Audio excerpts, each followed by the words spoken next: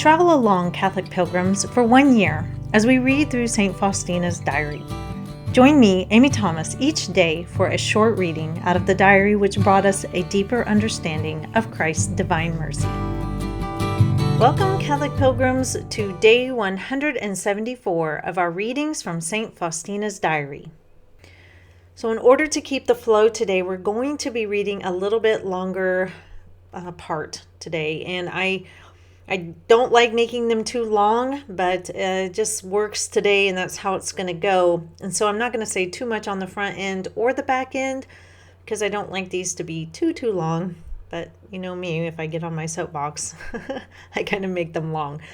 So anyway, we are reading from Notebook 2, numbers 805 through 811.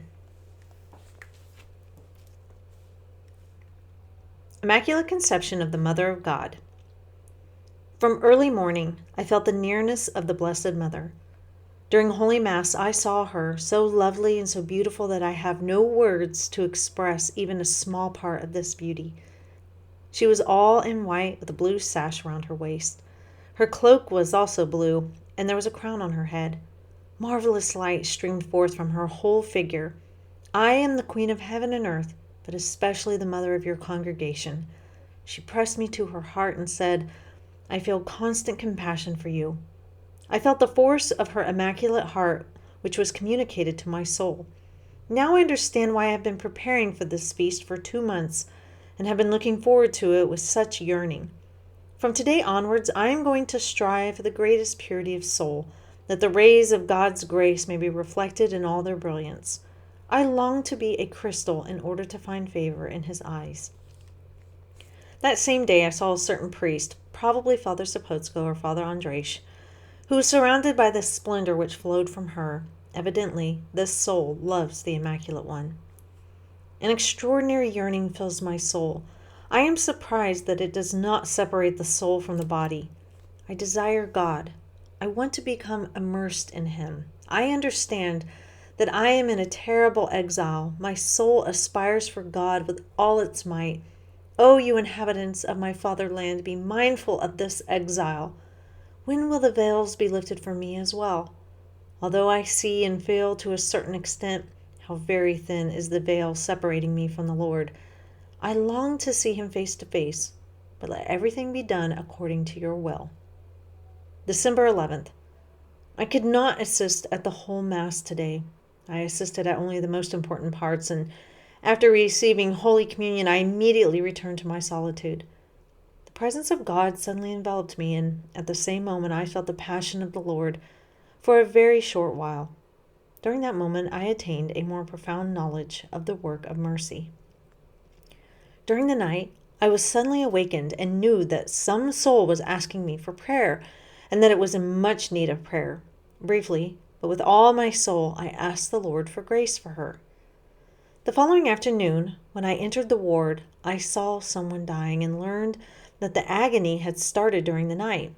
When I verified it, it had been at the time when I had been asked for prayer. And just then I heard a voice in my soul, say the chaplet which I taught you. I ran to fetch my rosary and knelt down by the dying person, and with all the ardor of my soul I began to say the chaplet. Suddenly the dying person opened her eyes and looked at me. I had not managed to finish the entire chaplet when she died, with extraordinary peace. I fervently asked the Lord to fulfill the promise he had given me for the resuscitation of the chaplet. The Lord gave me to know that the soul had been granted the grace he had promised me. That was the first soul to receive the benefit of the Lord's promise. I could feel the power of mercy envelop that soul. When I entered my solitude, I heard these words. At the hour of their death, I defend as my own glory every soul that will say this chaplet, or when others say it, for a dying person the pardon is the same. When this chaplet is said by the bedside of a dying person, God's anger is placated, unfathomable mercy envelops the soul, and the very depths of my tender mercy are moved for the sake of the sorrowful passion of my Son. Oh, if only everyone realized how great the Lord's mercy is and how much we all need that mercy, especially at that crucial hour. Today we get the promise from Christ that if we say the Divine Mercy Chaplet for a dying soul, mercy will envelop them. And this is such a great thing to know. Now, obviously, sometimes we can't always be at the bedside of a dying person. Sometimes it just doesn't work out that way. But to know that we can grab our rosaries and pray this chaplet for them. And if you prayed it, it doesn't take too long. If we pray this for them, for God to shower mercies down upon them, He will. He promises that He will. And He says, when this chaplet is said by the bedside of a dying person, God's anger is placated, and mercy envelops the soul.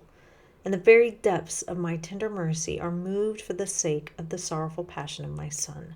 So here we have God the Father speaking to her. And so I would encourage you to keep this in your mind. If you have a loved one, a family member who is nearing death, say a chaplet for them.